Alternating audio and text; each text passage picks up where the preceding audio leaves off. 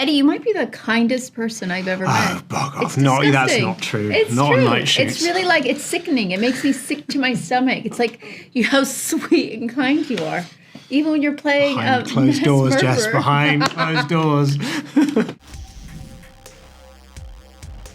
Well, I wanted to start off by saying I think you both did a phenomenal job in this film. It dealt with, a really heavy subject, and it's based on true events. From an outsider's point of view, it just seems like it would be very challenging. So, I was wondering for each of you, what was kind of the hardest thing to work through with these roles? For me, it was the physicality of the cardiomyopathy, the trying to calm down the heart condition. There was a lot of running around set, getting my heart rate up, getting to the point where my eyes might be a little glassy and, clammy, my skin's clammy, and trying to calm it down. And then I had an earpiece that I wore that had my heartbeat in it, just very subtle and quiet. But then Tobias was able to speed it up without telling me. So I could be in the middle of a scene and he'd all of a sudden pitch my heart rate up. And then I'd have to react to it and try to calm it down. So it was like having multiple scene partners in a moment. That was probably the most challenging. The most challenging thing was not to fall into cliches. The extraordinary thing about this story is that we were lucky enough to meet the real Amy Lochran. And she described how her friend Charlie was two different people, and how the friendship and the kindness and the love, I suppose, was totally real. And then she met this other serial killer twice.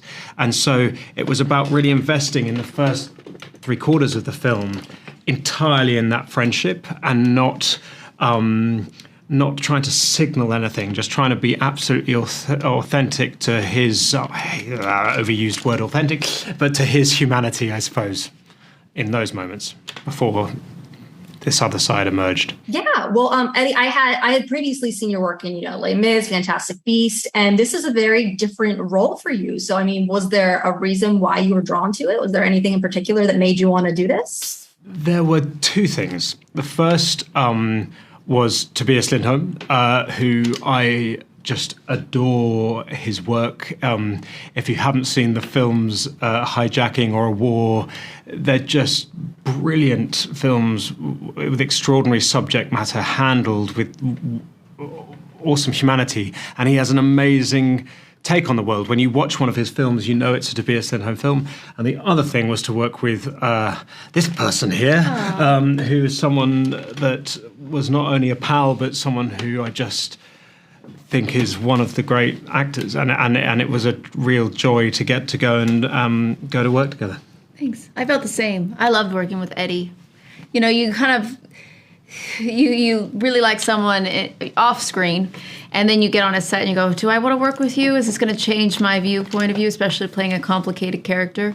But Eddie, you might be the kindest person I've ever met. Oh, bug off. It's No, disgusting. that's not true. It's not true. on night shoots. It's really like, it's sickening. It makes me sick to my stomach. It's like, how sweet and kind you are.